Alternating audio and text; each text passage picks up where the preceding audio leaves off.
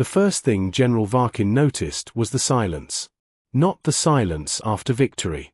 Not the silence after a fleet was destroyed. This was different. This was the kind of silence that came when every officer on a command deck saw something they could not explain. And none of them wanted to speak first. His warship, the Charon's Eye, floated above the broken moon of Sari 9. Around it, thousands of pieces of metal drifted slowly in the dark. Some were human. Some were. Some belonged to ships that had once called themselves Earth's allies. The battle had ended 6 hours ago. By every military rule, the Vili Dominion had won. Earth's defensive line had collapsed. Human cruisers had burned in orbit. Their support fleets had vanished. Their colonies were exposed.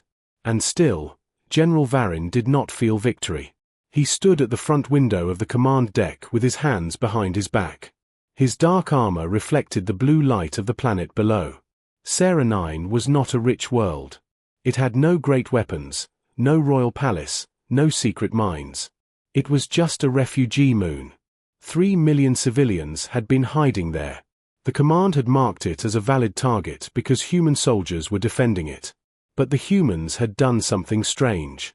They had not used the civilians as shields. They had not hidden weapons inside hospitals.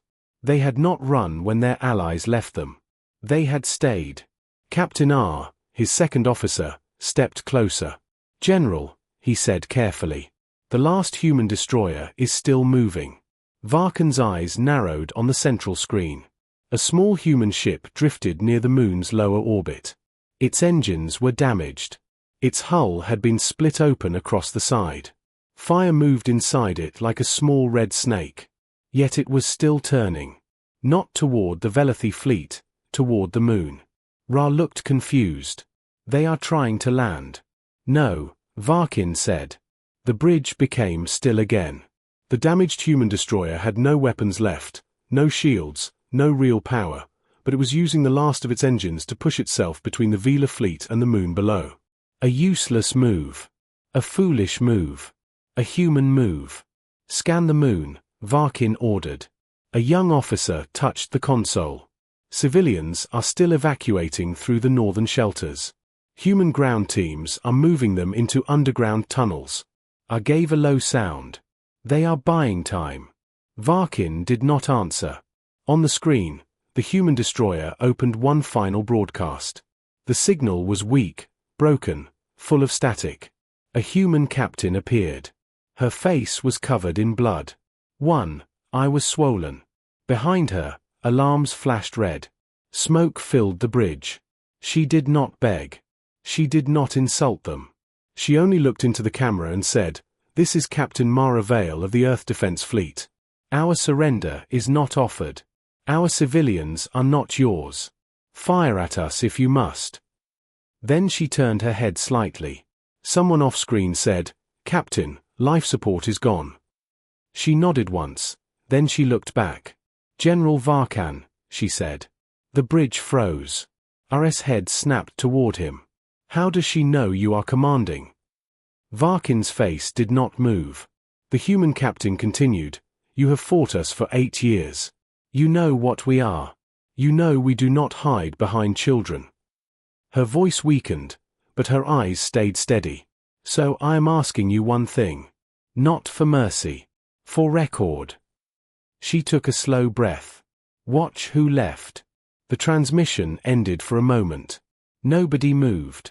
Varin stared at the empty screen. "Watch who left."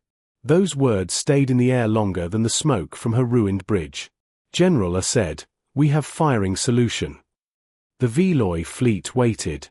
One command and the human destroyer would become dust. But Varin did not give the order. Instead, he looked at the tactical map. This should have been 12 Allied fleets beside Earth in this sector. The Norian Compact, the Solari Union, the Threx Crown Worlds. All of them had signed defense agreements with humanity. All of them had sworn to hold the Sarah line together. But when the Vila attack came, they had vanished. Not destroyed, not delayed, vanished. Their ships had jumped out before the battle reached its worst point. They had left Earth alone. "Show me the jump records," Varkin said. I hesitated. General. Now the records appeared. Varkin read them one by one. The Allied fleets had not retreated in panic.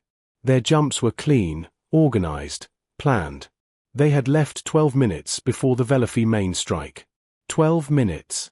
Enough time to know what was coming. Enough time to warn Earth. They had not warned them. Varkin's claws tightened behind his back.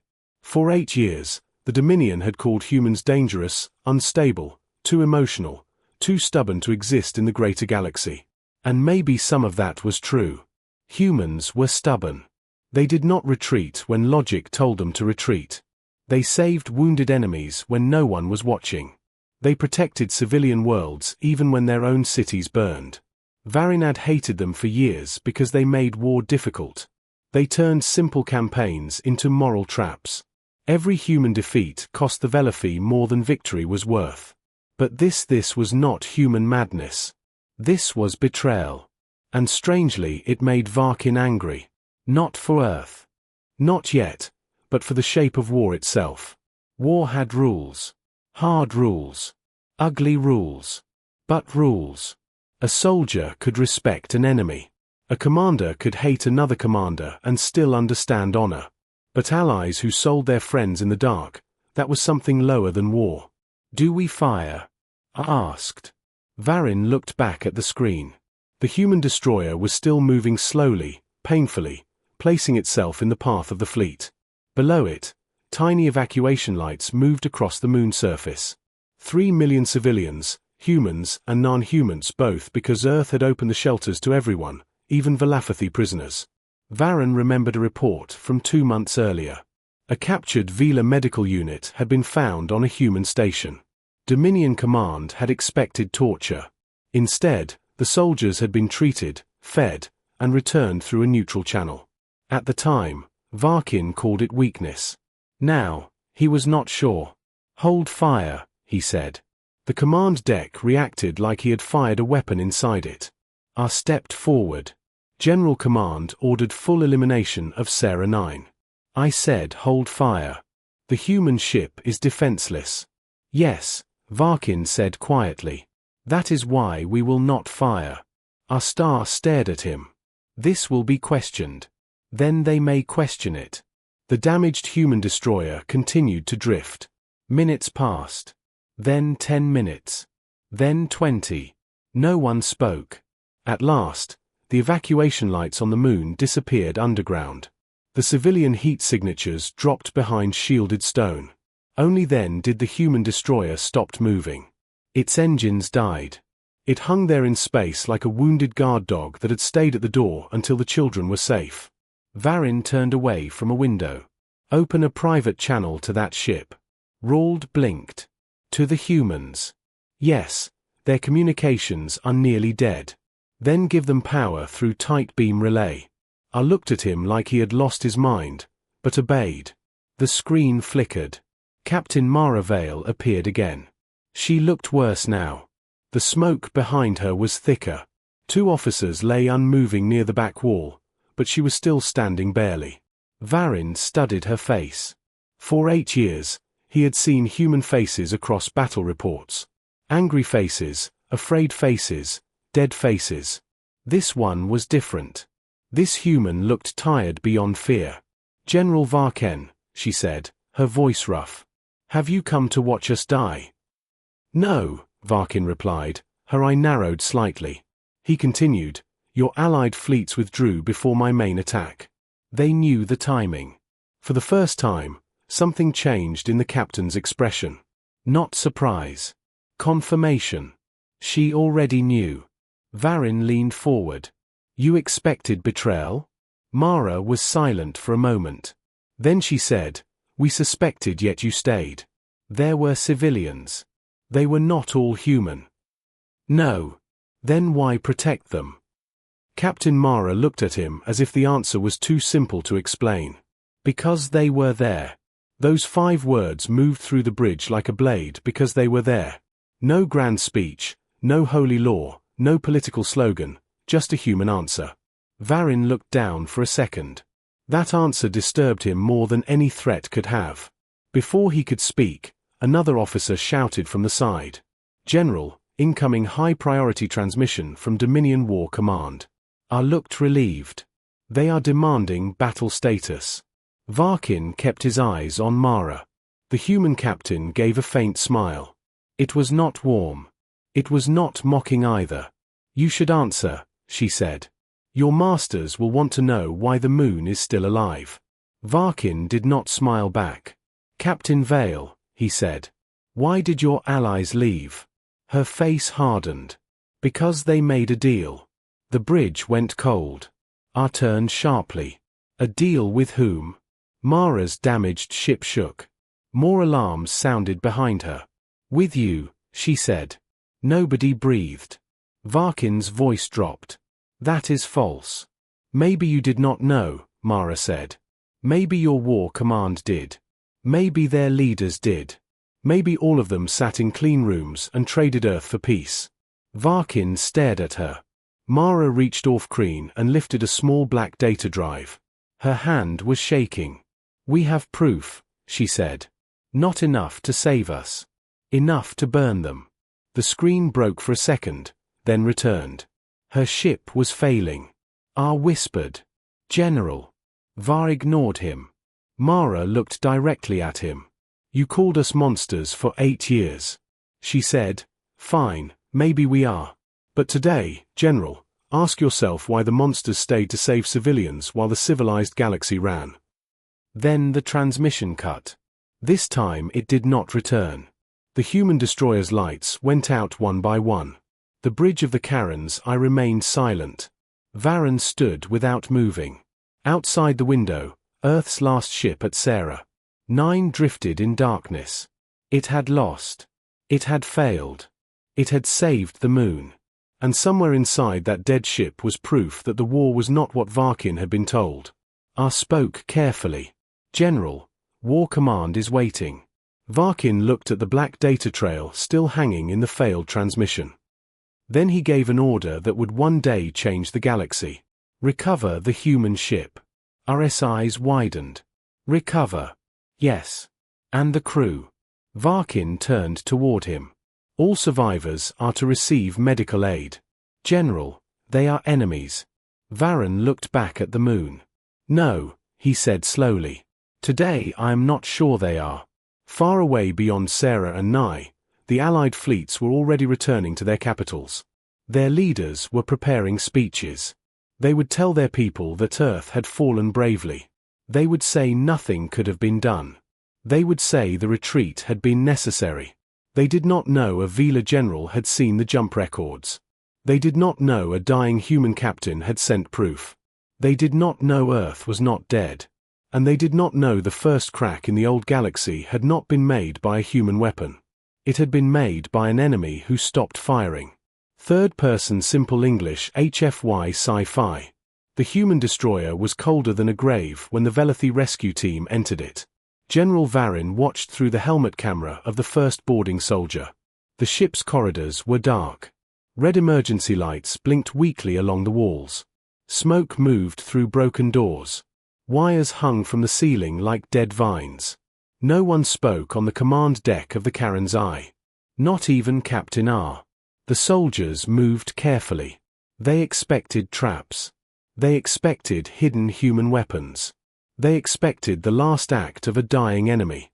But they found something else. A human engineer was sitting against a wall holding a broken pressure valve in place with both hands. His suit was leaking air. His face was pale when the Velethi soldier raised his weapon. The engineer did not move. He only said, "Medical bay first." The soldier froze. The engineer pointed down the corridor with one shaking finger. "Children," he whispered. "Non-human refugees. We pulled them from the moon before the line broke." Varkin leaned closer to the screen. The Velethi team moved forward. Behind a sealed door, they found 27 children, not human children. Salari, Norian, even 2 young Velethi prisoners who had been captured weeks before and protected during the battle. A human medic lay beside them, dead, one hand still resting on the manual oxygen pump. I looked away. Varen did not. He forced himself to watch because a commander who could not look at truth had no right to command anything. "Find Captain Vale," he ordered. The team moved to the bridge. They found her standing dead. Her body had been locked into place by her own command harness. Her hand was still closed around the black data drive. A Velethi soldier carefully removed it. For a moment, even through the camera, it seemed wrong to touch her. She had been the enemy. She had killed crews. She had broken Dominion advances for years. But now she looked less like an enemy and more like the last guard at a burn gate. The data drive was brought to Varand under full security. I stood near him as the files opened. The first file was a treaty. The second was a private message. The third was a meeting record. Then came the Voice's alien leaders, Earth's allies, Dominion War Command. They had made a secret agreement. The Allied fleets would withdraw from Sarini. Earth's defense line would collapse. In return, the Dominion would spare the capitals of the betraying empires and give them trade rights after Earth was broken. Varkin listened without moving. Then his own war command appeared in the recording. A Dominion marshal laughed and said, "Let the humans bleed first. Their allies are cheaper than our ammunition." RS face hardened. He was not a gentle officer.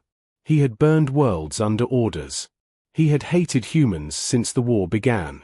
But even he understood what this meant. The Dominion had not won honorably. The Allies had not retreated in fear. They had sold Earth, and Earth had known. Still, Earth had protected their civilians. Still, Earth had saved their children. Still, Earth's last captain had sent the truth to an enemy general because there was no one else left to trust. Varen closed the file. "Open a channel to Dominion War Command," I said quietly. Varen looked at him. RS voice was steady now. "We must report this." "No," Varkin said. I stared. "General, if we report it, they bury it. Then what do we do?" Varkin looked at the dead human destroyer on the screen. Then he looked at the moon below where millions still hid in stone shelters. "We send it to Earth." RS eyes widened. "Earth communications are broken. Then we repair them. That is treason." Varkin turned fully toward him. "No, treason is selling soldiers who trusted you. Treason is trading children for peace. Treason is calling a massacre strategy." I said nothing. Varkin's voice lowered. "I have served the Dominion for 40 years. I have followed ugly orders, but this war has become something even war should not be." For the first time in his life, I bowed his head not as an officer, but as someone who understood. "We will need more than a message," he said. Varen looked toward the stars. "Yes," he replied. "We will need peace." The first signal reached Earth 12 hours later. It did not come as a threat. It did not come with demands. It came with the full battle record of Sarah NY, the secret treaty, the jump logs, and one sentence from General Varkan. Earth was betrayed. The Dominion was used. I request a ceasefire to expose the truth. At first, Earth did not answer. Across the solar system, humanity was burning. Mars' shipyards were wounded. Lunar's defense towers were cracked. Earth's oceans were dark under emergency shields. Millions were dead. Billions were afraid. The Galactic Council believed humanity was finished. The betraying empires prepared public mourning speeches. They spoke of tragic necessity. They spoke of impossible choices. They spoke of Earth's noble sacrifice. Then humanity answered, not with a speech, not with rage. One narrow signal left Earth and reached Varkin's fleet. It was from Admiral Elias Rowe, acting commander of the Broken Earth Defense Network. His face appeared on the screen. He looked older than any soldier should. His uniform was burned at one shoulder. Behind him, officers moved to a command room lit by emergency lamps. General Varen stood alone when the message arrived. Admiral Rowe looked at him for a long moment. "You were our enemy yesterday." Rowe said, "I know you killed human crews. Yes, you invaded our colonies. Yes, why should I believe you?" Varkin did not defend himself. He did not talk about orders. He did not pretend innocence. Instead, he said, because Captain Mara Vale trusted me with the truth before she died. I do not know why, but I will not waste her final act. Admiral Rowe's face changed at the name only slightly, but Varkin saw it. Mara is dead, Rowe asked. Yes. Did she surrender? No. A long silence followed. Then Rowe closed his eyes for 1 second. When he opened them, they were colder. What do you want, General? Peace. The human officers behind Rowe stopped moving. Varkin continued. Not friendship. Not forgiveness. Peace. Long enough to expose the betrayal and stop the next massacre. Rowe studied him, and after that Earth may decide what I deserve. The Admiral leaned back. For a moment Varkin thought the answer would be no. He would have understood. Then Rowe said, "You will send us your War Command access routes." Our standing Orfkreen almost stepped forward in shock. Varkin did not move. "That will destroy my career," he said. "No," Rowe Repel replied. "It will destroy your Empire's lie." Varkin looked at him. Then he gave a small nod. "Agreed." Rowe's voice became harder. "And General, yes, if this is a trap, humanity will not simply fight the Dominion." "I understand." "No," Rowe said quietly.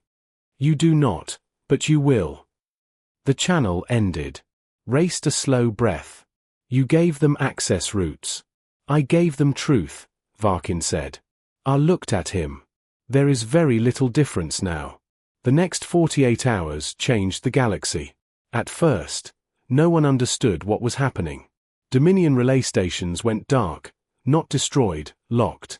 Galactic trade gates froze under emergency human codes. Not hacked, legally activated. Humanity had spent years building the defense systems of the very alliance that betrayed them. Humans had written the safety protocols. Humans had repaired the jump gates. Humans had upgraded the banking relays, the medical networks, the refugee registries, and the wartime evacuation channels. The Council had called humans useful. They had never realized useful could become powerful. With Varkin's access routes and Earth's hidden emergency keys, humanity did not attack capitals. It seized systems, supply systems, fleet fuel systems, military authorization systems, communication archives. Every secret message from the betrayal appeared on public screens across thousands of worlds. Citizens saw their leaders laughing while Earth burned. They saw evacuation ships abandoned. They saw human soldiers protecting non-human children. They saw Captain Mara Vale's final transmission. "Watch who left." Those 3 words became the wound of the galaxy. On Norian Prime, civilians surrounded their government towers. On Solari worlds, soldiers refused orders to fire on human ships. On Threes, dock workers locked their own admirals out of fleet yards. The betraying leaders screamed that Earth was staging a coup. But the people had already seen the truth. Then the Galactic Council called an emergency session. They expected humanity to arrive weak. They expected a tired ambassador asking for justice. Instead, Admiral Elias Rowe arrived with 1 damaged human cruiser and 3,000 ships behind him. Not all human. Some were refugee ships. Some were former enemy ships under Varkin's command. Some were civilian transports with weapons welded to their hulls. Some were ships from the same alien species whose leaders had betrayed Earth. The council chamber fell silent as Rowe entered. General Varin stood beside him. That shocked the galaxy more than any fleet.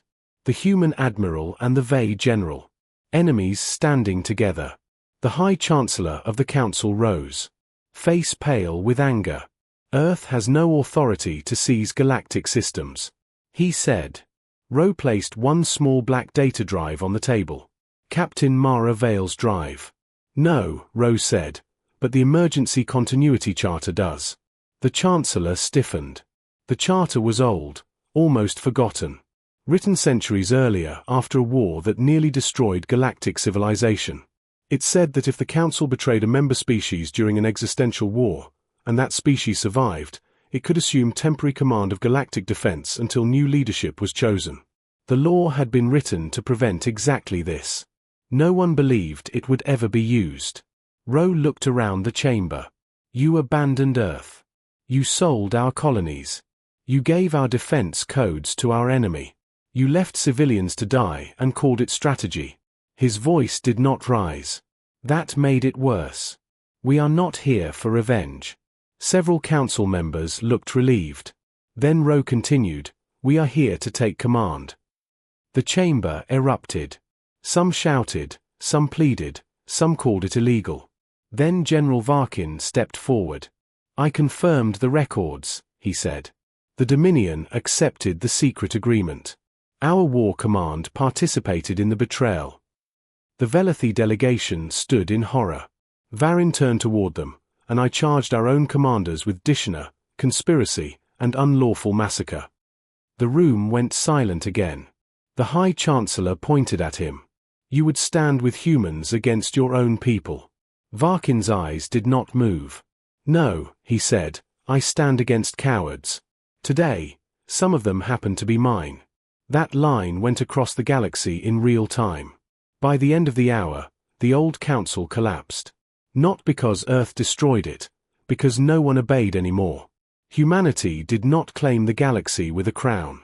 There was no throne, no emperor, no burning capital. Instead, Earth created the Galactic Reconstruction Authority. Every world got representation, but no leader who signed the betrayal treaty was allowed to hold power. War criminals were arrested. Dominion commanders were tried. Human officers were questioned too because Rowe insisted that justice could not only look outward. That shocked many species. They had expected human revenge. They found human law. They expected occupation. They found audits, food convoys, medical corridors, and hard military rules. Earth controlled the jump gates, but opened refugee routes first. Earth controlled the fleet yards, but used them to rebuild civilian ships before warships. Earth controlled the banks, but froze the accounts of corrupt leaders, not ordinary citizens. Slowly, the galaxy understood. Humanity had claimed the galaxy, but not like conquerors. Like people who had been betrayed badly enough to stop trusting anyone else with the keys. Months later on Sari 9, a memorial was built from the broken hull of Captain Maravil's destroyer. Humans came, Norans came, Salari came, even soldiers came. Standing quietly at the back, General Varin stood beside Admiral Rowe under a grey sky. For a long time, neither spoke. Then Varin said, she should have lived to see this. Rowe looked at the memorial. Yes, he said. Would she have forgiven me? Rowe was silent. The wind moved softly over the stone. No, the Admiral said at last. Not quickly. Varkin nodded. It was not the answer he wanted, but it was the answer he respected. Rowe looked at him. But she trusted you with the truth. That means she believed you could still choose better. Varkin looked down. On the memorial, 5 words were carved in every major language of the galaxy because they were there. That was what Captain Vale had said when asked why humans saved non-human civilians. No grand law, no political speech, just the reason humanity had survived its darkest war. The reason refugees followed them. The reason enemy soldiers lowered their weapons. The reason traitors lost their empires. Years later, students would learn that Earth claimed the galaxy after betrayal. Some would imagine fire.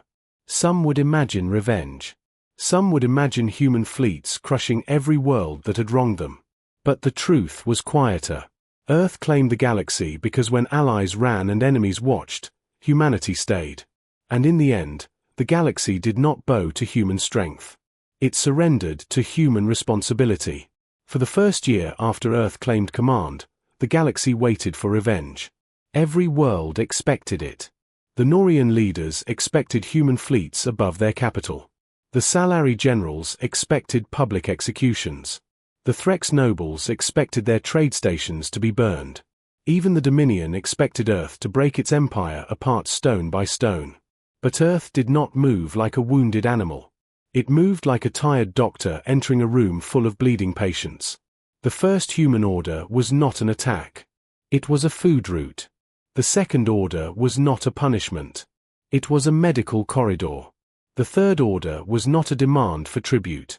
It was a full audit of every refugee camp in the inner systems that confused the galaxy more than any warship could.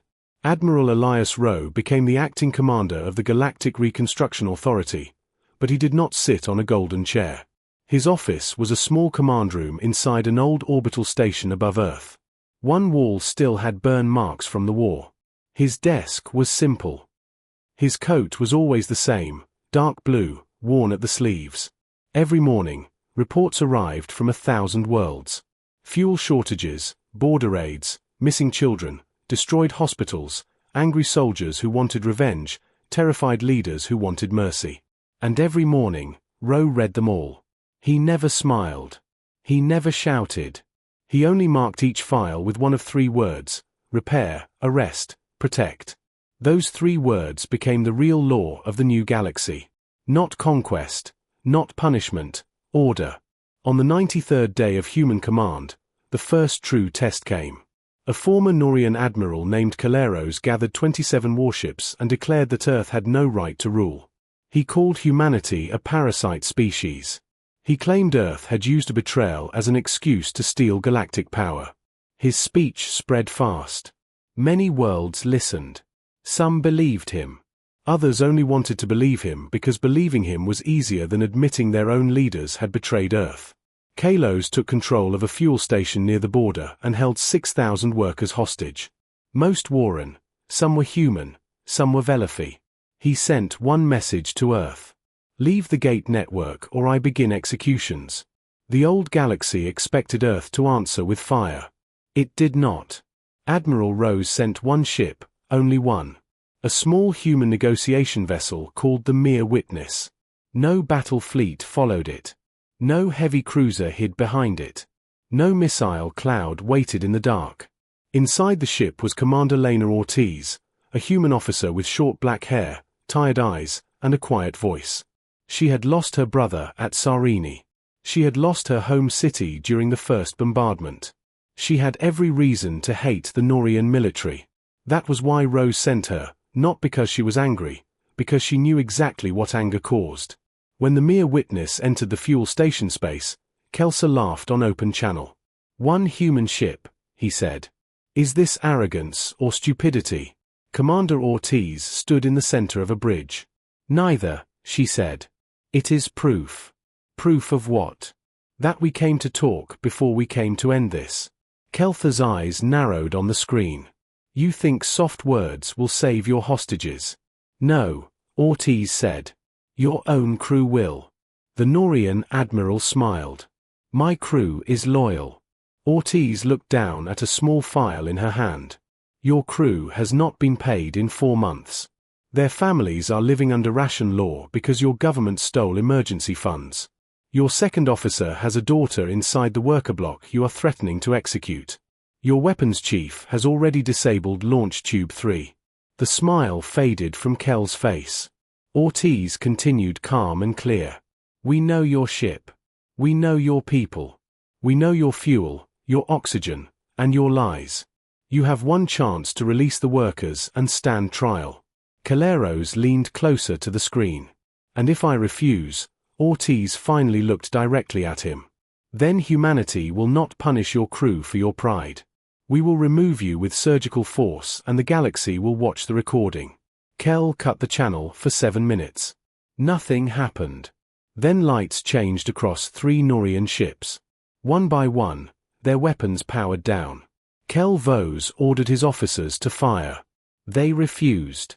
He pulled his sidearm and shot one of them. That was his final mistake. Human boarding pods hit the fuel station in complete silence. No explosions, no dramatic attack, just 6 small pods cutting into the command ring like knives through cloth. Ortiz watched from a bridge as human marines moved through the station. They did not shoot wildly. They did not shout threats. They used foam shields, stun rounds, and door locks. They separated Kel's loyal guards from frightened workers. They sealed the oxygen lines without harming the hostages. 14 minutes later, Kaleros was dragged from his command room alive. Not beaten, not humiliated, alive. His own crew watched him pass. Some looked afraid. Some looked ashamed. One old Norian engineer spat at his feet. Commander Ortiz entered the station after it was secure. She walked into the worker block and found families sitting on the floor shaking. A young Norian girl stared at the human flag on her sleeve. "Are you going to take us away?" the child asked. Ortiz knelt slowly. "No," she said. "We came to take you home." The recording went across the galaxy that night. Earth had been threatened. Earth had been insulted. Earth had been given hostages. And still, Earth had saved the innocent first. That was when many worlds stopped fearing human rule. Not all, but enough. The second test came from the Velathi Dominion.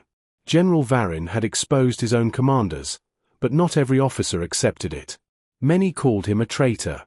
Some called him human-owned. A few called for his public death. The most dangerous was Marshal Dre, the same commander whose voice had been recorded in the secret treaty. He escaped arrest with 6 dreadnoughts and fled toward the old Dominion core. His message was simple. The Dominion bows to no Aeon planet. Human channels received the insult. Earth did not answer. Instead, Admiral Rowe sent General Varkan. Many humans hated that order. They wanted a human fleet to crush Dre. They wanted Earth's justice to be seen. But Rowe understood something most people missed. If humans destroyed Dre, the Velathi could call him a martyr. If Varkin stopped him, the lie would die inside its own house. Varkin's fleet met Dre near the Red Star of Kor. The two Velathi commanders faced each other across empty space. Dre appeared on the screen wearing ceremonial armor, all gold edges and old power. Varkin wore plain battle armor. No medals, no decoration. Dre laughed when he saw him. "You stand beside humans now." Varkin's face stayed still. "I stand beside the truth." "The truth?" Dre hissed. "The truth is that humans are weak. They cry over civilians. They save enemies. They slow every war with their little laws." Varkin looked at him for a long moment. "Yes," he said. "That is what made them stronger than us." Dre's eyes burned. "You shame your blood." "No," Varkin said. "You sold yours." Dre ordered his dreadnoughts to attack. The battle lasted 23 minutes. Not because Varkin had more ships. He did not. Not because human weapons were hidden nearby. They were not. It ended quickly because Varkin knew every old Dominion formation. He knew every prideful move Dre would make before Dre made it. He let the dreadnoughts advance, then cut their engines with precision strikes. He disabled their bridge relays. He locked their guns. He left their life support untouched. When Drex's flagship went dark, Varin boarded it himself. The old marshal was found in the command hall holding a blade. Varkin walked toward him without raising a weapon. Dre shouted and charged. Varkin moved once. The blade fell. Dre hit the floor alive but broken. Varkin looked down at him. "For 8 years," he said. "We called humans monsters because we were afraid they made us look small." Dre coughed full of hate. Varkin turned to the boarding team. "Take him to trial." A young Velathi soldier stared at him. "Not execution." Varin looked back at the ruined command hall. "No, that is the difference now." That recording spread, too. And for the first time in Vathi history, thousands of soldiers lowered their old Dominion banners and raised plain white signal flags. Not surrender to Earth, surrender to truth. But the final test was not military. It came from Earth itself. 1 year after the betrayal, humanity held a public remembrance for the dead of the Darkest War. The ceremony took place on the rebuilt steps of the United Earth Assembly. The sky above was still protected by defense shields. Some buildings nearby were new. Others were ruins left standing on purpose. Millions watched from Earth. Billions watched from other worlds. Admiral Rowe stood before the crowd. Behind him were the names of the dead. Not only human names, Salari names, Noria names, Velathi names. Every civilian saved at Sarah. 9 was listed beside every human soldier who died protecting them. Some humans hated that a man in the crowd shouted, "Why are their names beside ours?" Their leaders betrayed us. Rose stopped speaking. The crowd went still. Security moved, but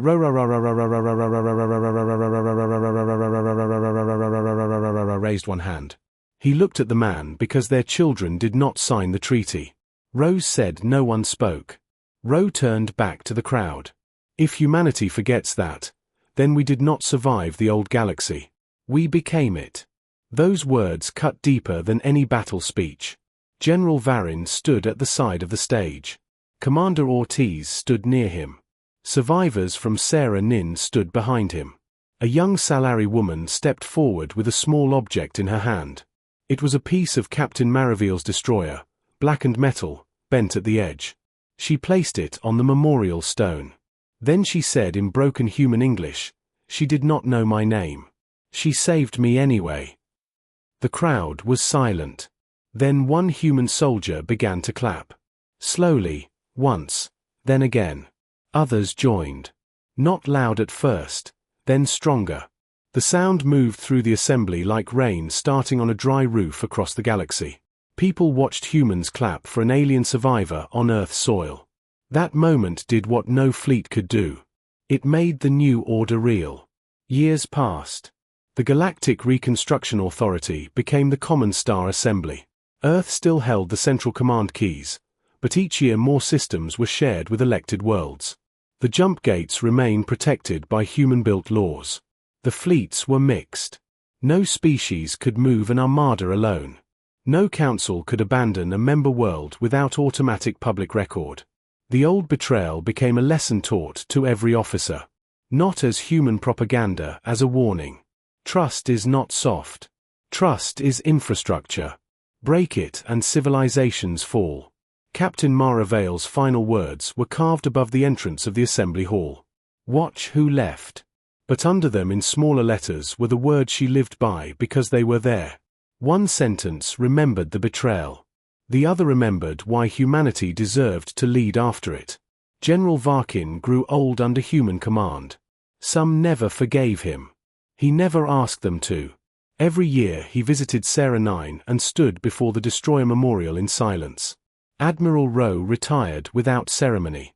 When asked why he did not accept a crown, he gave the same answer every time. Humanity did not claim the galaxy to own it.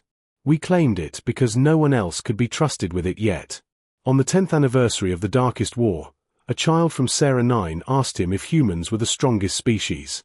Ro looked at the stars for a long moment. Then he shook his head. No, he said, we were just the ones who stayed. And that became the final truth of the age.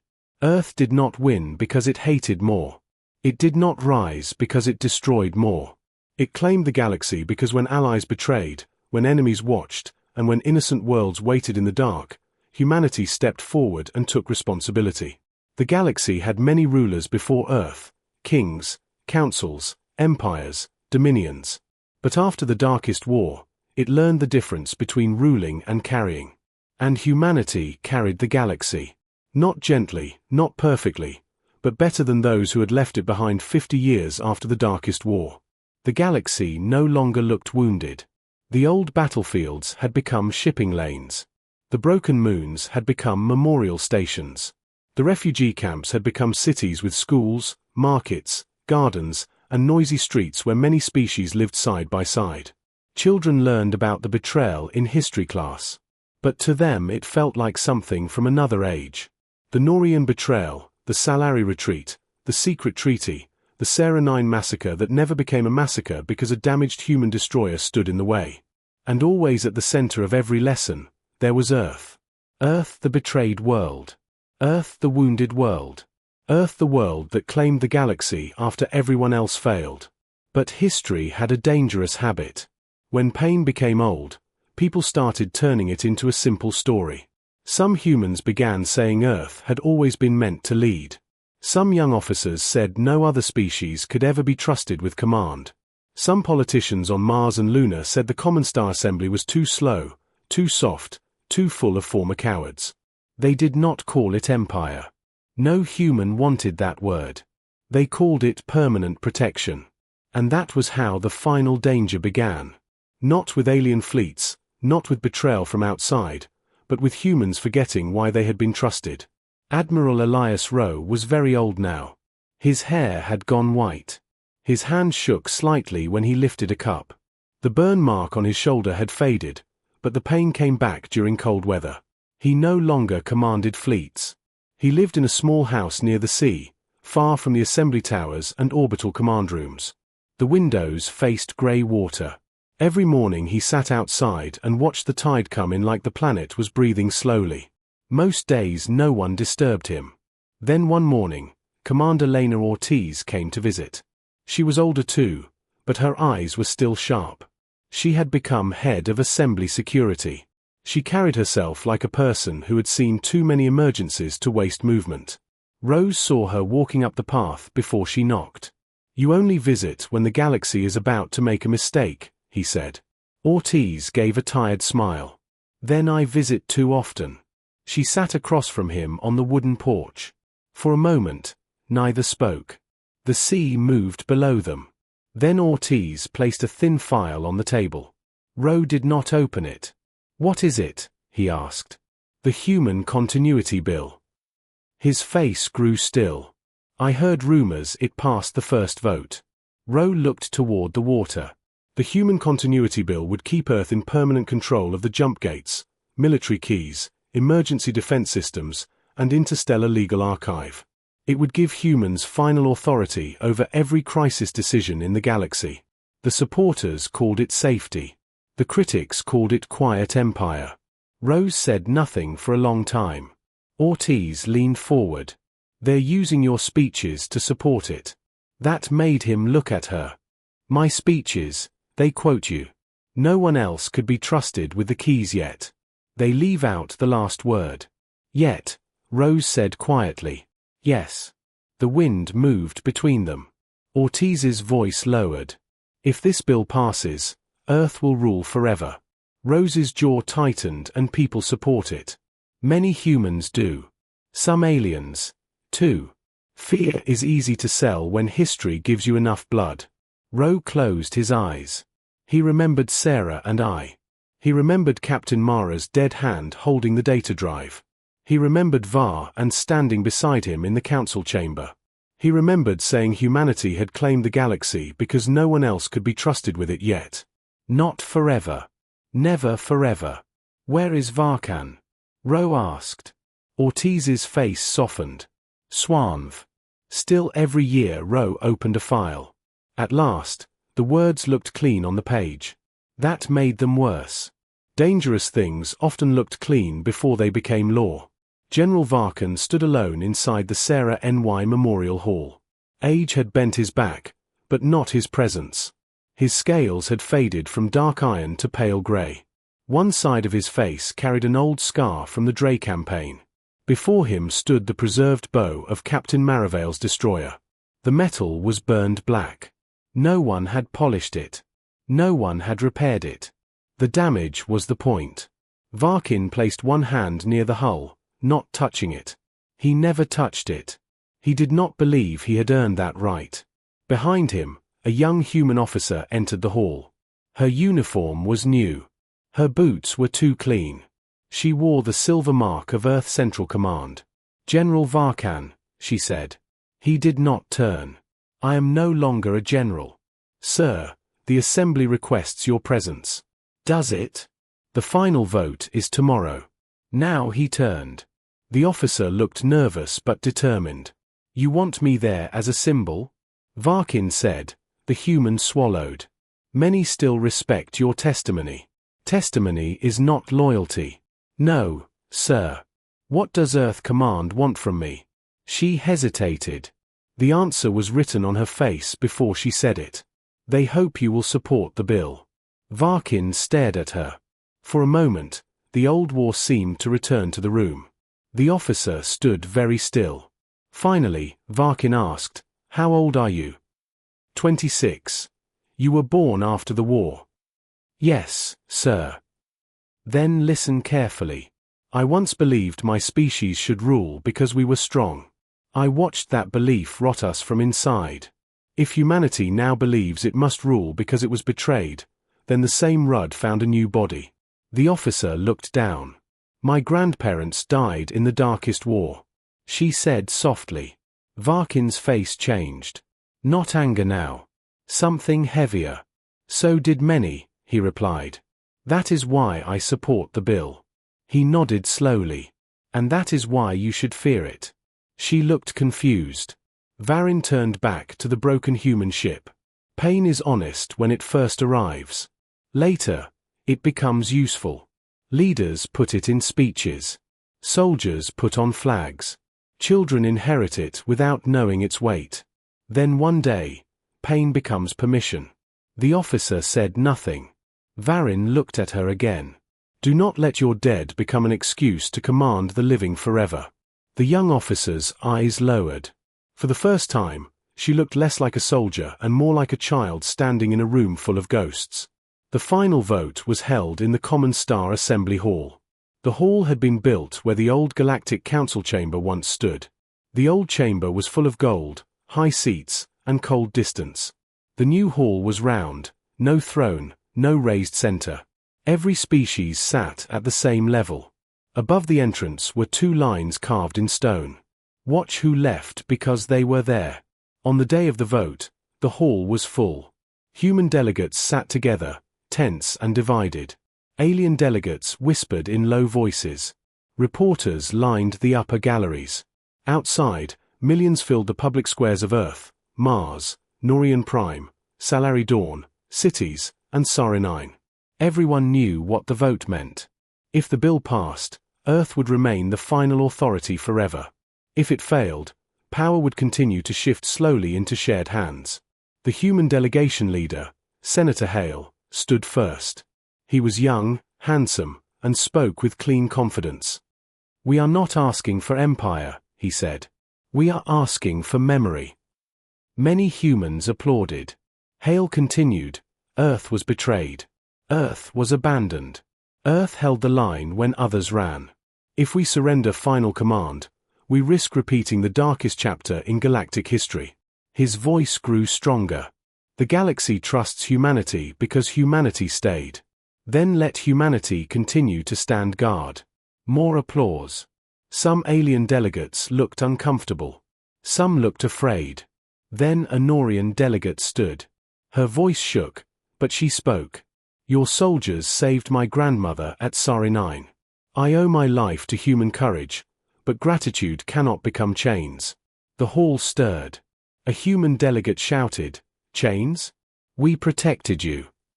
The Norian woman looked at him. Yes, and that is why this hurts. The chamber quieted. Then Lena Ortiz stood. She did not speak loudly. She did not need to. I fought the rebellions after the war, she said. I arrested men who used freedom as a mask for cruelty. I saw what happens when old power tries to return. So understand me clearly. I am not naive. She looked across the human seats.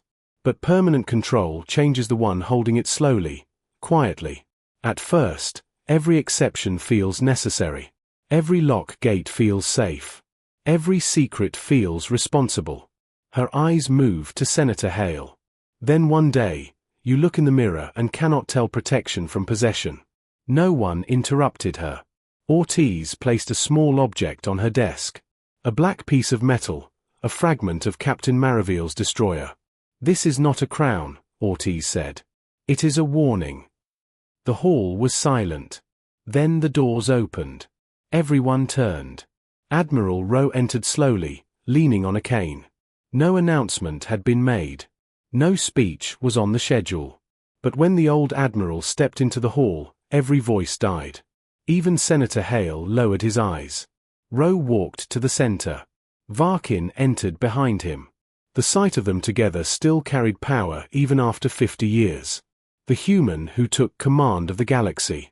The enemy who asked Earth for peace. 2 old men who had helped end one age and build another. Rowe reached the center table and rested both hands on his cane. For a long moment, he simply breathed. Then he spoke. I am told my words are being used today. His voice was rough but clear. I said once that humanity claimed the galaxy because no one else could be trusted with it yet. He looked at the human delegation. Some of you removed the last word. No one moved. Rowe continued. That word mattered. The chamber stayed silent. When Earth took command, we were not pure. We were angry, broken, afraid. Many of us wanted revenge. Many still do. What saved us was not human nature. It was discipline, law, witnesses, friends brave enough to tell us no. His eyes moved to Varkan, and enemies brave enough to tell us the truth. Varkan lowered his head slightly. Rowe turned back to the hall. If this bill passes, humanity will not become monsters tomorrow. That is not how it happens. It will happen one reasonable decision at a time, one emergency at a time, one fear at a time. He paused. The old council betrayed Earth because it believed survival mattered more than honor. If Earth now keeps power forever because it believed safety matters more than trust, then we have not defeated the old galaxy. We have inherited it. Senator Hale stood slowly. With respect, Admiral, you do not carry the responsibility anymore. We do. Rowe looked at him. Yes, he said. That is why I am afraid. A murmur moved through the hall. Hale's face tightened. You would trust him again? He asked, pointing toward the alien seats. Rowe's answer came softly. No, trust is not given once and forgotten. It is tested, shared, recorded, protected by law. That is what we built. He lifted his hand toward the carved words above the door. Watch who left. That means remember betrayal. Then he turned his hand slightly because they were there. That means remember duty. His voice grew firm. If humanity remembers only the first line, we become rulers. He looked around the entire hall. If we remember both, we remain worthy. No one applauded. The words were too heavy for applause. Then Varkin stepped forward. He had not planned to speak. Everyone could see that. But when he did, even the reporters lowered their devices slightly. I was Earth's enemy, Varkin said. I killed your people. I followed a cruel empire. I do not ask forgiveness. He turned to the alien delegates. And I watched my own commanders use fear to protect power. They always said the same thing. Only we are strong enough. Only we are wise enough. Only we can keep order. His old eyes moved back to the humans. Beware any species that says only we, even yours. That was all he said, but it was enough. The vote lasted 11 minutes. Across the galaxy, people waited. On Earth, crowds stood in public squares. On Sarah 9, children watched from classrooms built under the same stone shelters where their grandparents had once hidden. On Velothi worlds, old soldiers sat beside young students. Then the result appeared. The human continuity bill failed. Not by a huge margin, not by a comfortable victory. But it failed. Humanity would keep emergency command for 5 more years, then transfer final gate authority to a mixed council with automatic public oversight. No secret treaties, no hidden retreats, no private war decisions. Every emergency vote would be recorded. Every fleet movement would be visible. Every member world would carry responsibility. Some humans were furious. Some aliens cried. Most people were simply quiet because they understood that history had turned away from a dangerous road by only a few steps. Senator Hale left without speaking. Ortiz watched him go and knew the struggle was not over. It would never be over.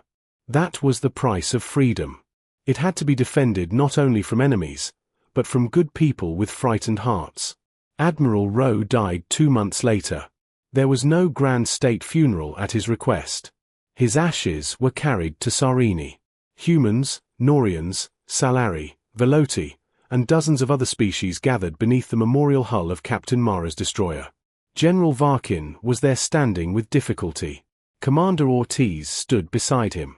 The young human officer who had once asked Varkan to support the bill also came. She wore no command badge now, only a plain dark coat. She placed a flower at the memorial and stepped back without a word. Ortiz opened Rose's final letter. His handwriting had been shaky, but the message was clear. We claimed the galaxy when it needed carrying. We must let it stand when it is ready. If humanity cannot give power back, Then we never deserved it. No one spoke for a long time. Then Varkan, old and tired, finally touched the broken hull of Maravale ship just once with 2 fingers. I think he whispered, "We did not waste your truth." Years later, children would ask why Earth gave up the chance to rule forever. Their teachers would tell them the simple answer.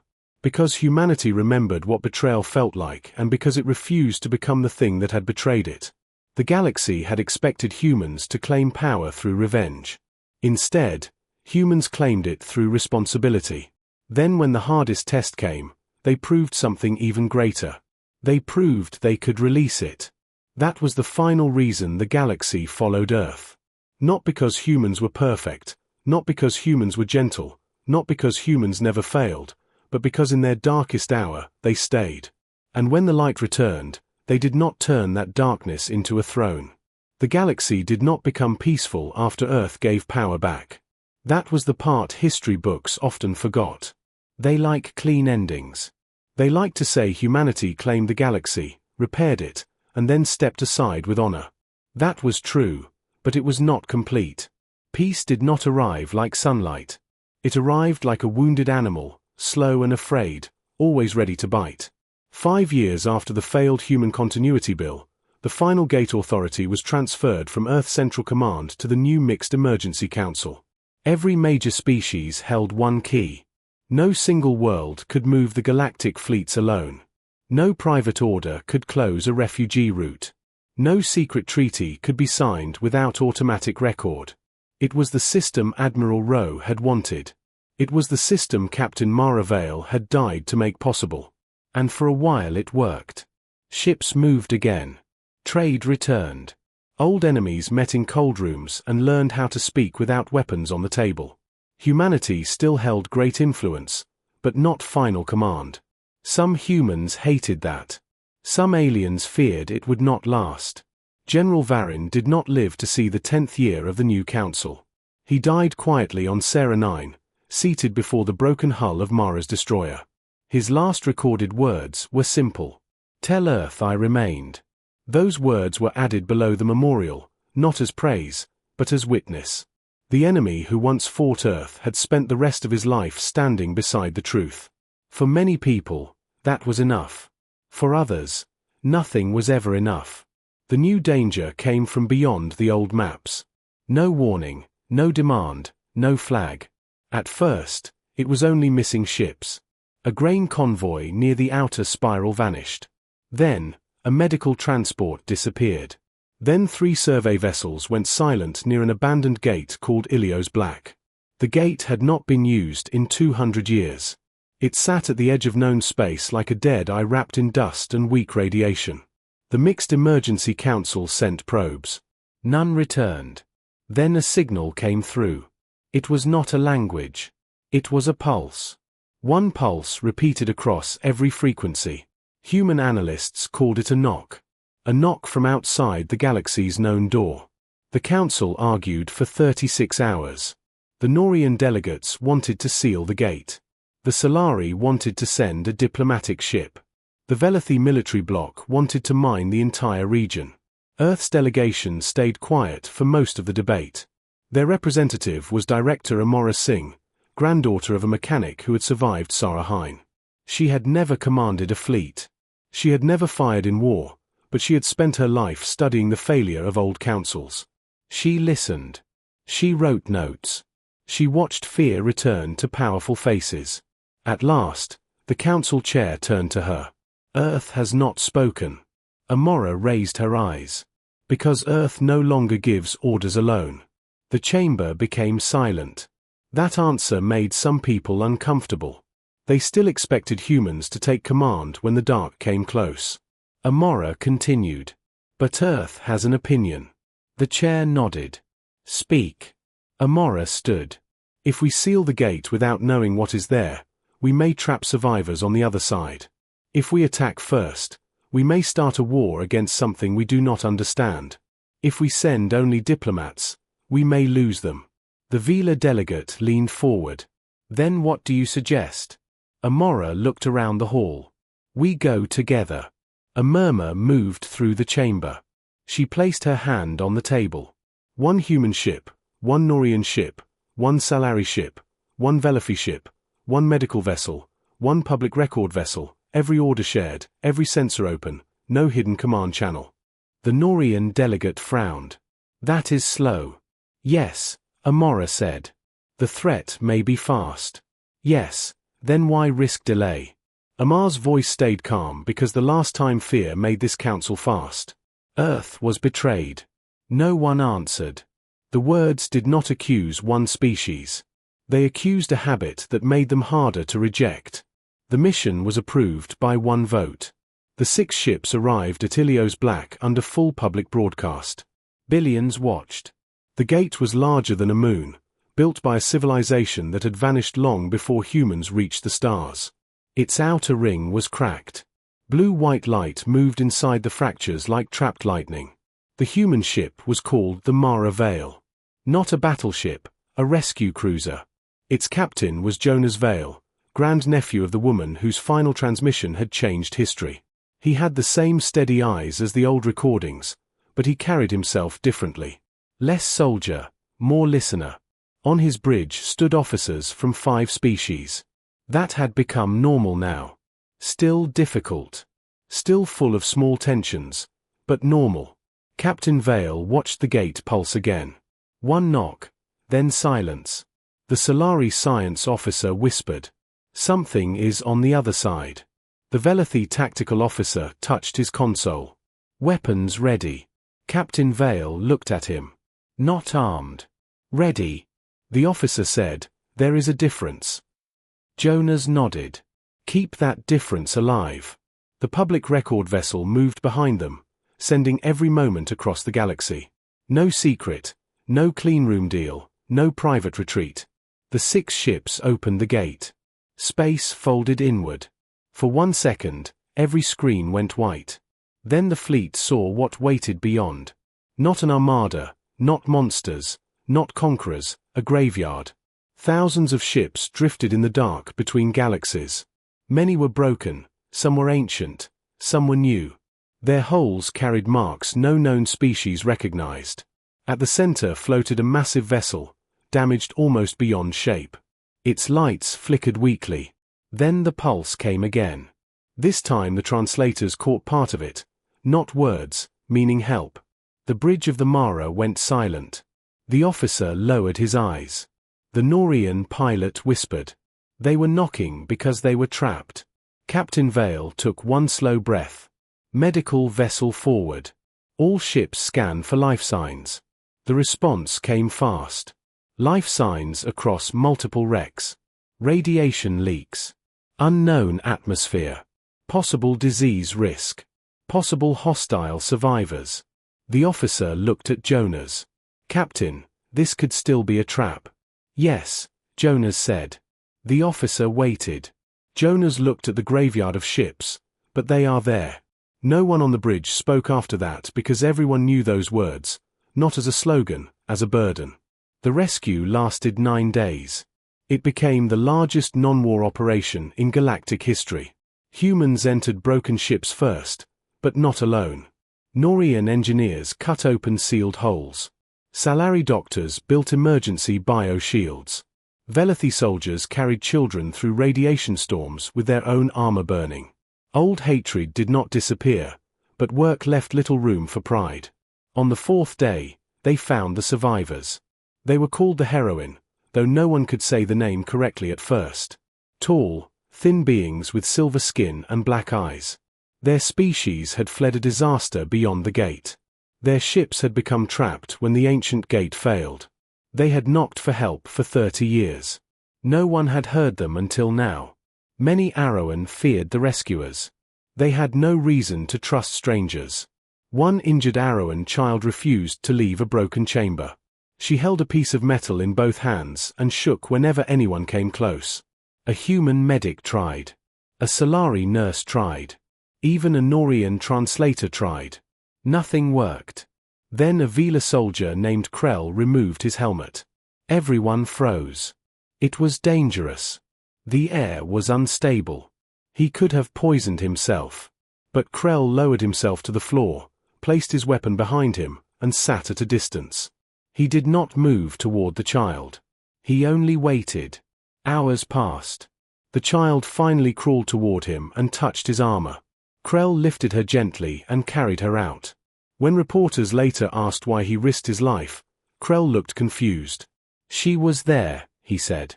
The recording spread across the galaxy within minutes. Not because it was dramatic, because it proved something. The lesson had moved beyond humans.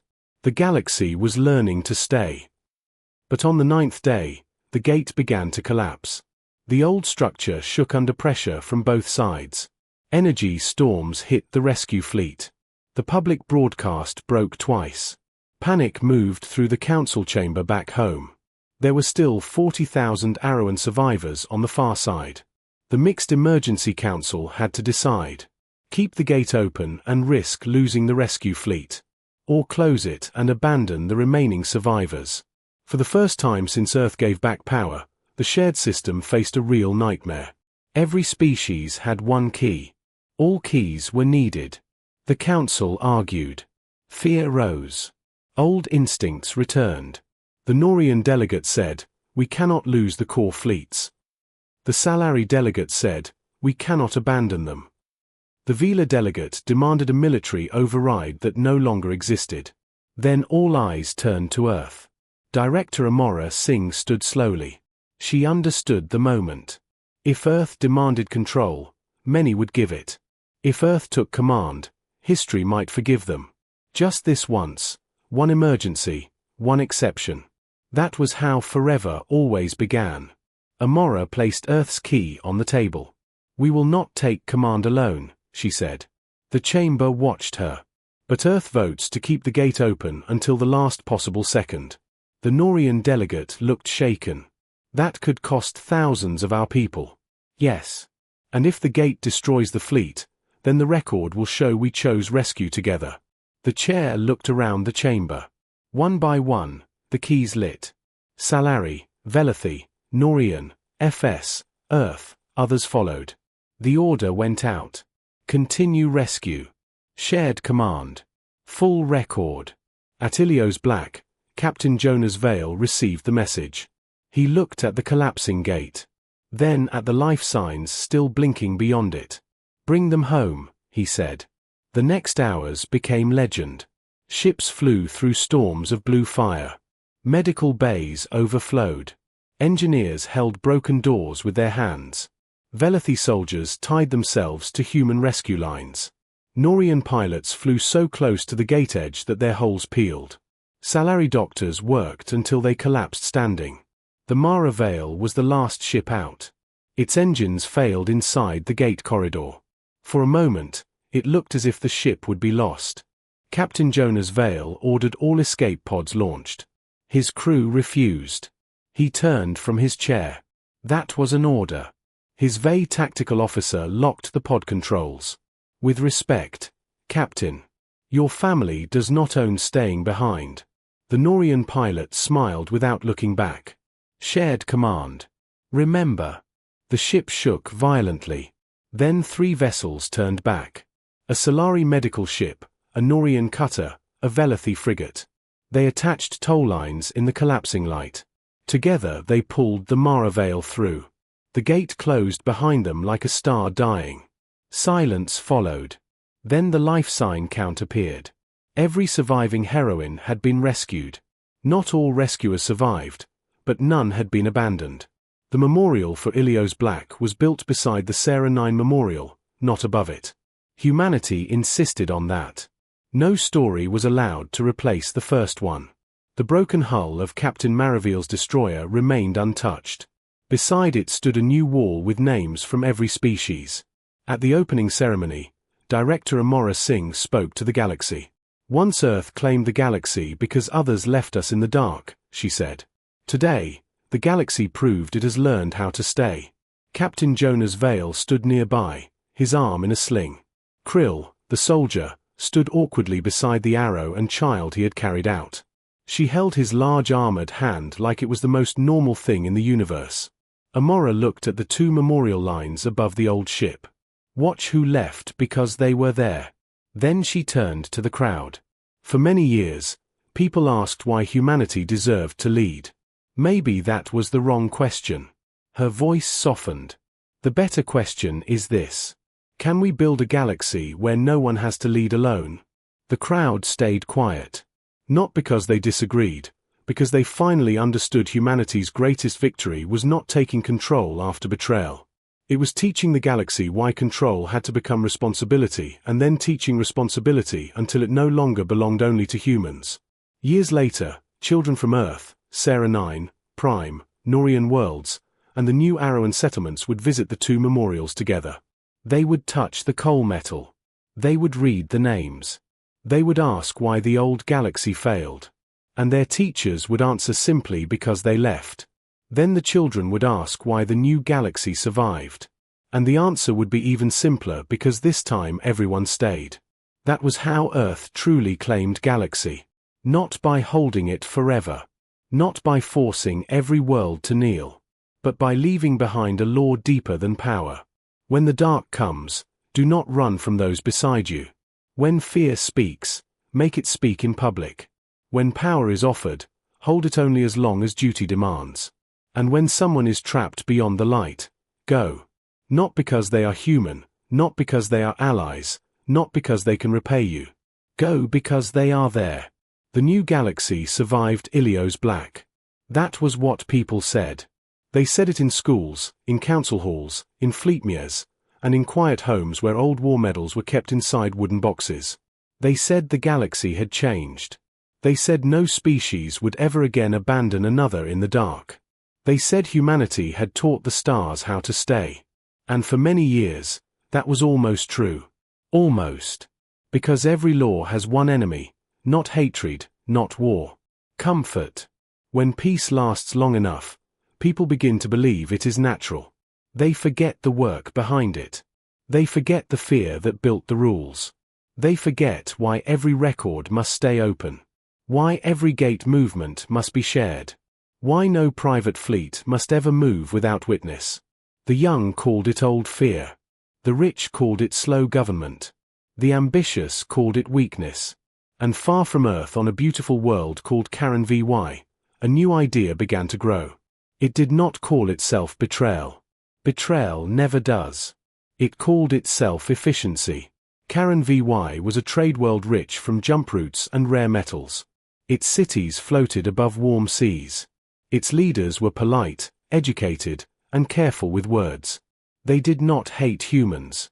They did not hate the Common Star Assembly. They simply believed the galaxy had become too slow. Every rescue needed debate. Every military movement needed public record. Every emergency needed shared keys. So the leaders of Karen VY built a private network. At first it was only for trade, then for security, then for faster response, then for secret response. They recruited officers from many species. Human officers too. That made it harder to call them dangerous. They spoke of protecting the galaxy from delay. They said Sarah 9 had happened because leaders were cowards, not because decisions were hidden. They said good people could use secret power. Well, that sentence should have frightened everyone, but it did not. Not at first. The network called itself a silent shield. Its symbol was an open hand over a star. Its true purpose was hidden under layers of beautiful language. It wanted control of the emergency gates, not to destroy the galaxy, to guide it, to protect it, to rule it quietly. And the first person to discover it was not a soldier. It was an old Arrowan archivist named Tall.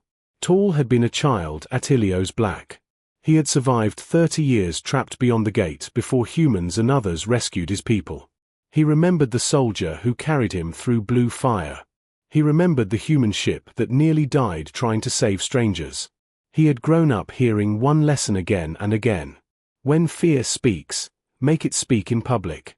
So when Tall found sealed fleet movements hidden inside trade records, he did not ignore them. He sent a warning to the assembly. The warning never arrived. That was when he understood. The silent shield was already inside the system. Tall had no army, no fleet, no famous name. He had one thing. A copy of the old Sarah 9 emergency protocol. The same protocol Captain Mara had used to send proof to an enemy. It was ancient by then, almost ceremonial, used only in museums and training archives. But tall new old systems had one strength. They were hard to corrupt because nobody important watched them anymore. He sent his message through the memorial network across the galaxy. Every Sarah, 9 remembrance station lit at the same time. On Earth, on Velathi Prime, on Norian Dawn, on Arrowan settlements, on thousands of ships and schools. A simple warning appeared under the old words. Watch who hides. For 1 minute, the galaxy did not understand. Then the files opened. Secret gate routes, private fleet contracts, hidden command votes, names of officers, names of ministers, names of human admirals who had joined because they believed public law was too slow. The old fear returned like a cold hand on the neck, not because there were enemies, because there were familiar excuses. The assembly went into emergency session within the hour. Director Amora Singh was old now, but still alive. Her hair had turned silver. Her voice had grown softer, but when she entered the chamber, people still stopped speaking. Beside her walked Captain Jonas Vale, now an admiral. His left arm never fully healed after Ilios Black. He carried it stiffly at his side. The chamber was full of anger. The Norian delegate accused Karen Vivi of treason. The delegate demanded immediate arrests.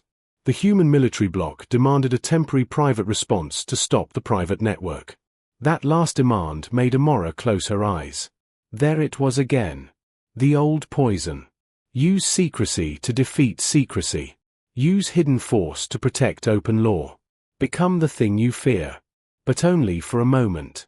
Only this once. Only because the danger is real. Admiral Jonas Vale stood before the council. My fleet can take Karen VY within 6 hours. He said. The chamber quieted. He continued. Their private ships are not strong enough to resist a full assembly strike. Their leaders can be arrested. Their stations can be locked. The delegate nodded. Then do it. Jonas looked at him. No. The word landed hard. The delegate frowned. No. No private strike. Jonas said no hidden order. No closed record. A human senator stood angrily. They are already moving. If we debate, we lose time. Jonas turned toward him. If we answer secret power with secret power, we lose more than time. The senator's face wrined. You would risk the gates for principle. Amora answered before Jonas could. No, we would protect the gates with principle. That is the only way they remain ours. The senator looked around frustrated. People will die if we move slowly. Amar's face tightened with pain. Yes, she said. And more will die if the galaxy learns that fear still cancels law. No one liked that answer. That was why it mattered. The council voted, not perfectly, not calmly, but openly. The decision was made in full public record. A mixed fleet would go to Karen Vey. Every ship would broadcast its orders. Every arrest warrant would be visible. Every weapon lock would be monitored by civilian observers. The silent shield would be stopped in the light. Karen Vey was beautiful when the assembly fleet arrived. Blue seas, white cities, golden towers catching the sun. It did not look like the birthplace of betrayal. Most places never do. The silent shield leaders opened a channel before the fleet reached orbit. Their speaker was a human woman named Admiral Sarah Haldane. She had once been a hero. She had commanded rescue fleets during the Outer Spiral famine. She had saved millions. Her face was known across Earth.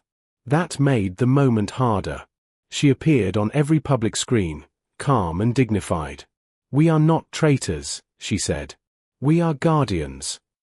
Admiral Jonas Vale watched her from his bridge. Haldane continued. The assembly is too slow. Its laws were built from trauma. Humanity once had the courage to take command when the galaxy failed. We are only continuing that duty. Jonas looked tired, not angry. Tired. He opened his reply on public channel. My great-aunt died at Sarah 9 to expose secret decisions made by people who thought they knew better than everyone else. Haldane's eyes hardened. Do not compare us to them. Then stop acting like them. The bridge went silent. Haldane leaned closer. You are letting fear of the past weaken the future. Jonas shook his head. No, you are letting pride rename itself as protection. For a moment, Halane's calm mask cracked. You think public votes can answer every crisis? No. Then you admit the system fails. I admit the system is human, Jonas said. Flawed, slow, difficult. That is why it needs witnesses. Haldane cut the channel. Seconds later, the silent shield activated its hidden ships. They rose from Caranvay seas, from trade docks, from fake medical stations, from private yards under floating cities. There were more than expected, many more. The assembly fleet held formation. No one fired. Jonas gave one order. Broadcast the surrender terms again. His tactical officer blinked. Admiral, they are targeting us. Broadcast again. The terms went out. Stand down. Release gate codes. Submit to public trial. No mass punishment. No attack on civilians. The silent shield answered with missiles.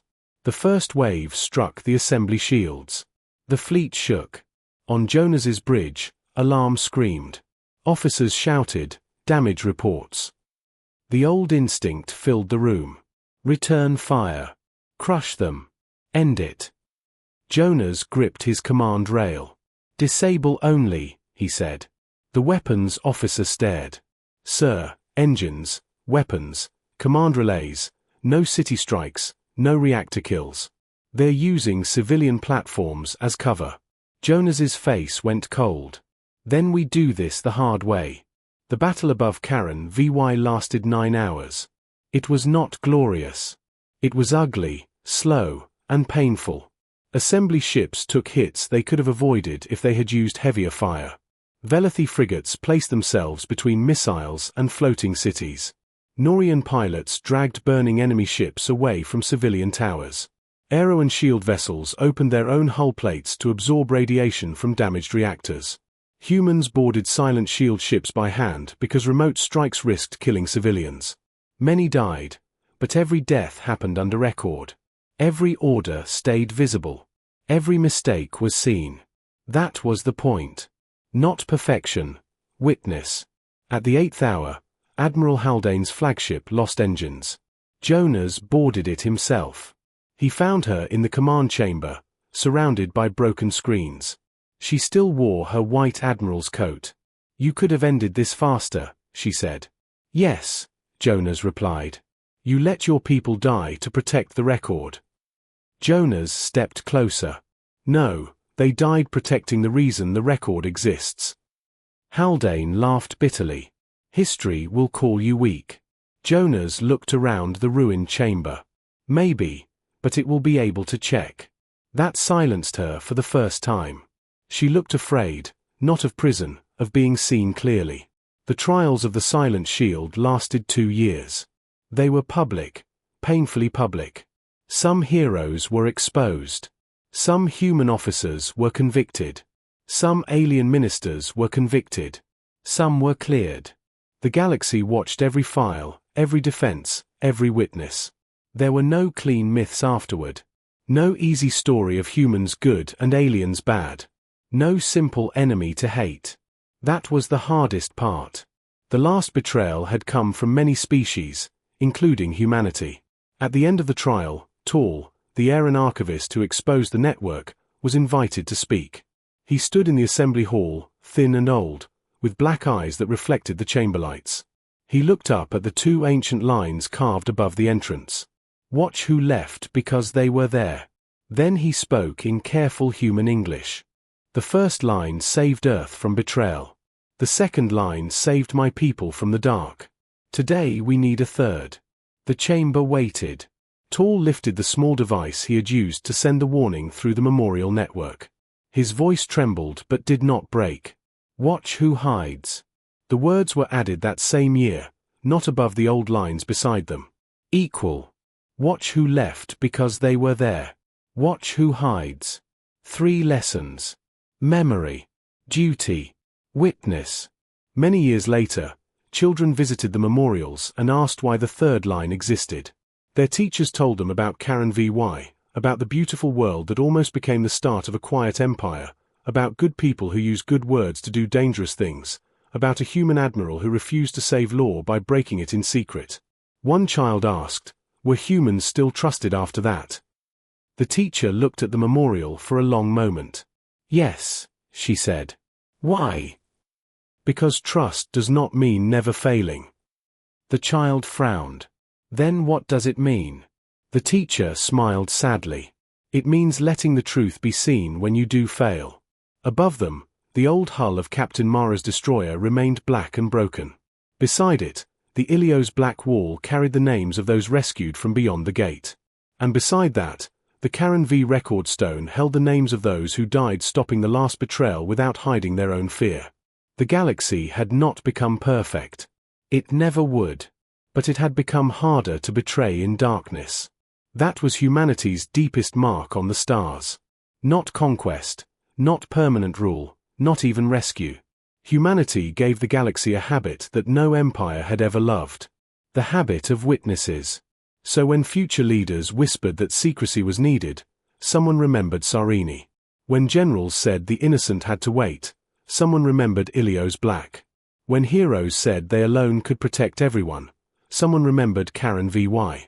And when children asked what made humanity different, the answer was not strength, it was not kindness, it was not victory, it was this. Humanity had been betrayed in its darkest war, and it could have turned that pain into a throne. Instead, it turned it into a warning light. A light bright enough that even its own shadows had nowhere left to hide. Final part. Third person. Simple English. HFY sci-fi. The galaxy remembered Sarah 9. It remembered Ilios Black. It remembered Karen VY. 3 wounds, 3 lessons, 3 lines carved into every assembly hall. Watch who left because they were there. Watch who hides. For many generations, those words held the galaxy together. Not perfectly. No law ever did that. But they made betrayal harder. They made cowardice slower. They made secret power more dangerous to those who used it. Every fleet movement was recorded. Every emergency vote was public. Every rescue delay had to be explained. Children grew up repeating the words before they even understood their weight. But time is patient. It waits for memory to become ceremony. Then ceremony becomes decoration. Then decoration becomes background. And one day people walk under warning signs without looking up. That day came on a green ocean world called Veros. Veros was not evil. That was what made it dangerous. It was peaceful, wealthy, and proud of being practical. Its people had joined a common star assembly after the darkest war. They had never betrayed Earth. They had never fought at Ilios Black. They had never joined a silent shield. They believed they had clean hands. Their leaders often said, "We learned from history." But what they meant was different. They meant history was finished. Veros controlled one of the largest medical supply networks in the outer systems. Its ships carried vaccines, surgical machines, oxygen seeds, and growth tanks to poor colonies. It was respected, trusted, necessary. Then a plague appeared on the mining moons of Ref 12. At first, it looked small. A fever, a cough, blue marks under the skin. The miners were mostly from poor worlds. Mixed species, hard workers, people no one powerful invited to speak. The local doctors begged for help. Veros had the nearest cure stock. The assembly requested immediate release. Veros delayed, not refused, delayed. It asked for confirmation, then safety review, then payment guarantee, then legal protection in case the cure failed. Every delay sounded reasonable. Every document looked clean, but on Ref people were dying. Director Amora Singh had passed away years earlier. Admiral Jonas Vale was dead too. Their names were now statues and school lessons. The new generation led the assembly, capable people, educated people, people who had never watched a moon burn while allies ran. The emergency session opened in the assembly hall beneath the 3 carved warnings. The Veros delegate stood calmly. "We are not abandoning anyone," he said. "We are following procedure." The Ref 12 representatives stood across from him. She was a small woman from a low-gravity colony. Her hands shook as she held a medical report. 7,000 are dead, she said. The Veros delegate lowered his eyes. A tragedy. 30,000 will die by the end of the week. That is why accuracy matters. Her face went pale with anger. Accuracy. If we send a wrong treatment, we may cause wider harm. A few delegates nodded. Fear always dressed itself in careful clothes. At the back of the hall, an old human teacher named Mara Ortiz listened in silence. She was Commander Lena Ortiz's granddaughter. She had never been a soldier. She taught history at the Earth Civil Academy. She had come to the assembly with her students to watch public law in action. Instead, she watched public fear, doing what Seeker betrayal had once done. Not running, not hiding, just waiting long enough for the weak to die. One of her students whispered, "Professor, is Veros wrong?" Mara did not answer quickly. That was the problem. The Veros delegate was not saying, "Let them die." He was saying, "Let us be careful." And careful sounded civilized. Mara looked up at the 3 lines above the hall. Watch who left. Veros had not left because they were there. Roth 12 was there. Watch who hides. Veros was not hiding. So what was this? The old warnings did not have words for delay. Not yet. On Ref. The plague moved through the lower tunnels. The moon had no beautiful sky. It had no oceans. It had dust, metal, and work lights that buzzed all day and night. Families lived in small pressure homes built into rock. Children learned early not to waste water. Miners worked in shifts so long that sleep felt like a rumor. When the sickness came, they did not panic at first. Poor people rarely had that luxury. They kept working. Then the first child died, then the second. Then the doctors locked the schools. A local medic named Sarin Hope became the voice of the moon. He was human, but most of his patients were not. His clinic had cracked walls and 2 broken scanners. He recorded a message every 6 hours and sent it to the assembly. At first, he spoke with control. "We need the Veros cure stock released immediately." Then his voice became tired. "We are now choosing who gets oxygen." Then it became something worse than tired. "Come, we have converted the mining hangar into a child ward. We have no more beds." His final message before the assembly vote showed him standing beside rows of sleeping children. Some were human, some Norian, some heroine, some Velo, some species with names that never reached history books. Sarin looked into the camera. "I know you are debating risk," he said. "So let me make the risk simple. If the cure is sent and fails, some may die. If it is not sent, many will." He paused.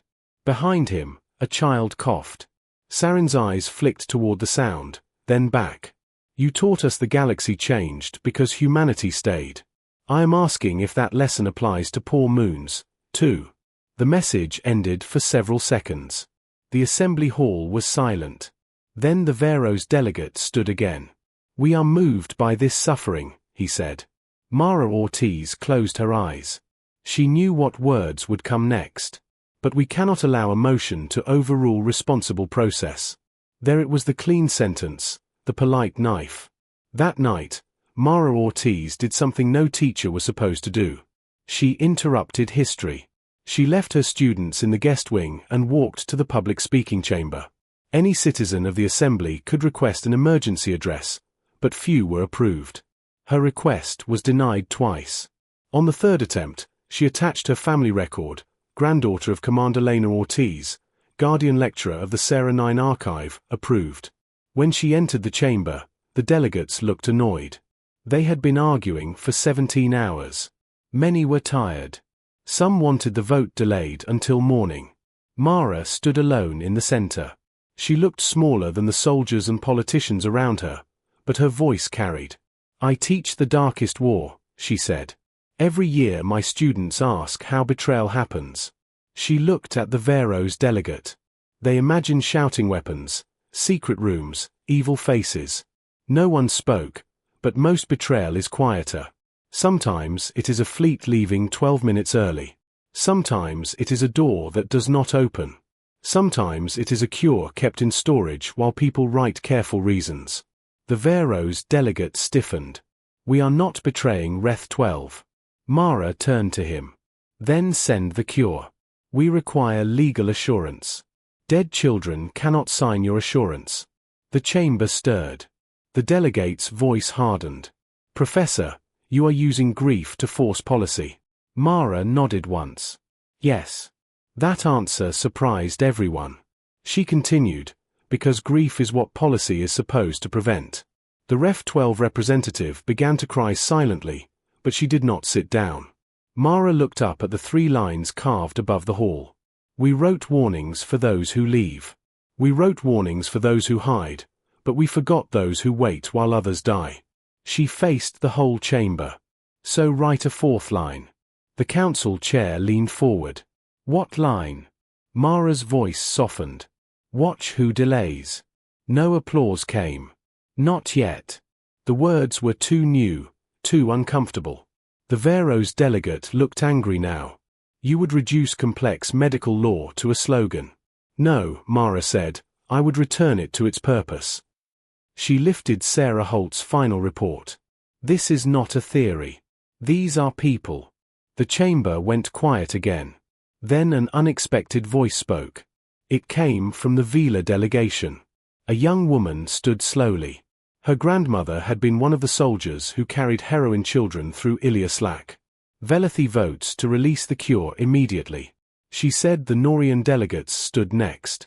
Norian worlds will cover transport risk. The Salari delegate rose. Salari doctors will accept liability review after delivery, not before.